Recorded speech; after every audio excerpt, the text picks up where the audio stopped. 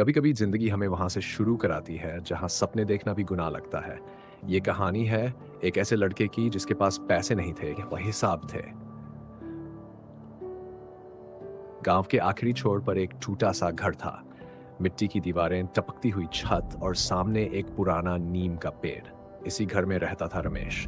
रमेश का पिता मजदूरी करता था, माँ दूसरों के घर बर्तन मांजती थी। कई बार ऐसा होता था कि घर में चूल्हा सिर्फ एक बार जलता था, लेकिन रमेश की आंखों में हर रोज एक सपना जलता था।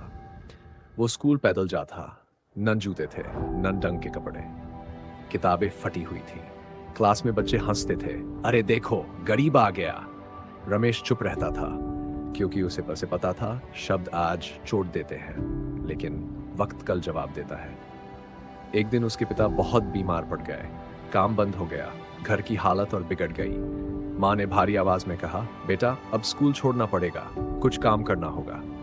उस रात रमेश देर तक जागता रहा था, छत से पानी टपक रहा था। पिता खांस रहे थे और उसी रात रमेश पहली बार फूट फूट कर रोया। लेकिन उसी रात उसने एक फैसला भी किया, मैं गरीब हूँ, कमजोर नहीं।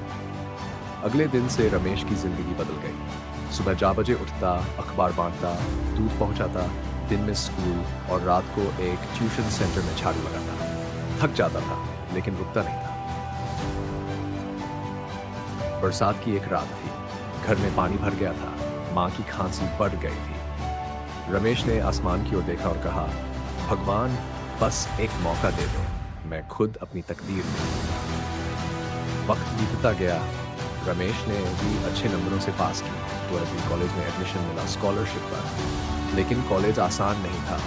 अंग्रेजी नहीं आती थी, कपड़े पुराने थे, लोग नजरअंदाज करते थे। लेकिन रमेश के पास एक चीज थी, जब वो रोज लाइब्रेरी में घंटों बैठता। मोबाइल नहीं था, लेकिन सपने हाई स्पीड थे।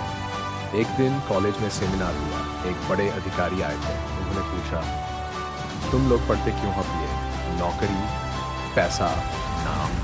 तभी रमेश खड़ा हुआ और बोला, सर मैं इसलिए पढ़ता हूं ताकि मेरे माँ बाप फिर कभी भूखे न सोए। पूरा हॉल शांत हो गया। उसी अधिकारी ने रमेश की मदद की, इंटर्नशिप दिलाई, फिर नौकरी, पहली सैलरी आई।